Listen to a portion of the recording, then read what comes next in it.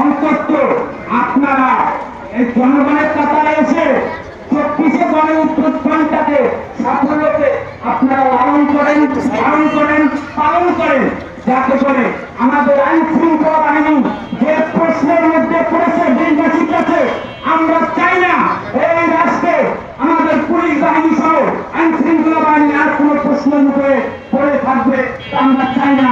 আমরা চাই তাদেরকে সক্রিয়তা, তাদেরকে সহযোগিতা করবো, তাও আমাদেরকে সহযোগিতা করবে। আমরা আশুলিয়া শহরে, আমরা ঢাকা জেলা অধীনস্থ সহ আমরা চাই না এই জায়গার কোন সুবিধাভোগী লোকজন তার চাঁদাবাজি করবে, ঝামেলা পাঠাবে, আর শরীরের দোষরা তারা বুক তুলে ঘুরে দাঁড়াবে, সেটা আমরা দেখতে চাচ্ছি না। আশুলিয়া থানায় ওসি বরাবরতে আমরা আবেদন জানাচ্ছি যাতে করে শরীরের দোষরা এখনো কিন্তু তারা ঘুরে বেড়াচ্ছে। আমরা সরকার যেটা ঘোষণা করছে আমরা সরকারের পক্ষপাতিত্ব করি।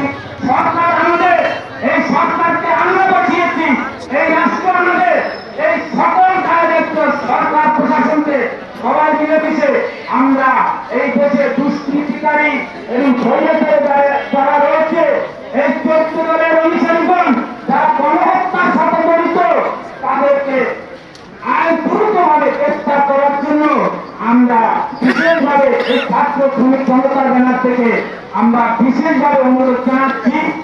আরেকটি বিষয় হল আমরা আইন শৃঙ্খলা বাহিনীকে সর্বাত্মকভাবে সহযোগিতা আমরা করব।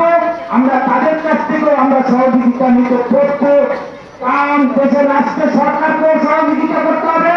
কেননা এই আইন শৃঙ্খলা বাহিনী এগুলো জনগণের কাতারে আমরা চাই দেশের রাষ্ট্রীয় বাহিনী জনতার কাতারে এসে তারা মুখ্য ভূমিকা পালন করবে। অপরাধীদের